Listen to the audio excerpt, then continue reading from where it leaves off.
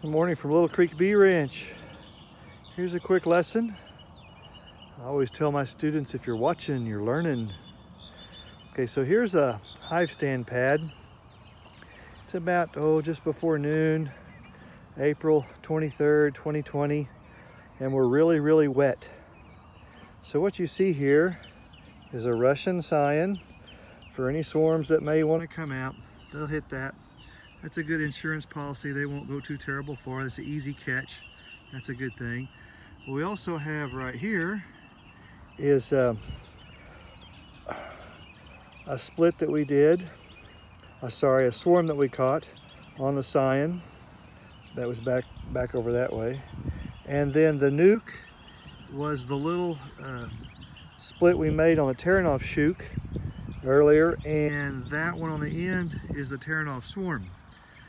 Okay, now that leaves 1, 2, 3, 4 here in the middle that are catch boxes. They're catch boxes. The bottom box is empty. We'll get closer. They're just now warming up inside and starting to fly. So I think I have bees in this one and this one. I'll have to open and check, later. I'll film it, open and check. And I think these two are still empty, but they make for great catch box opportunities. And the lure that we use is the Swarm Commander, which is proving to be super awesome. We're having lots more interest in the catch boxes with Swarm Commander. Just one squirt in the lid inside and 2 squirts on the porch. And it just rained yesterday, so I'll refresh these. But I'm excited. When we get bees in the catch box, we'll slow down and we're not too much in a hurry.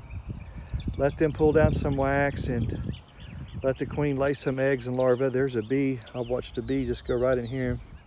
So I have no idea. We're not in a hurry when we do catch boxes. We want them to lay up some wax and eggs and larvae, which really locks them down.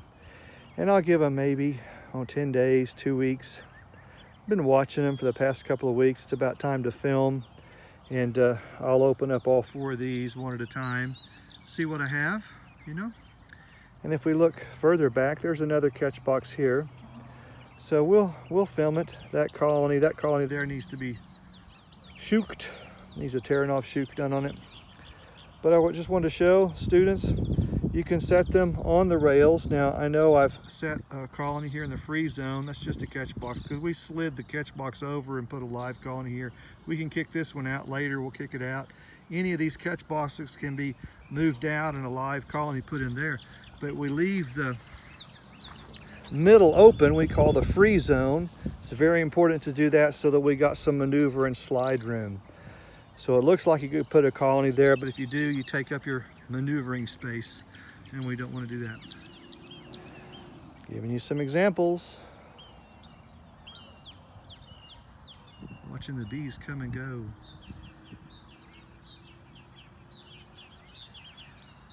Awesome.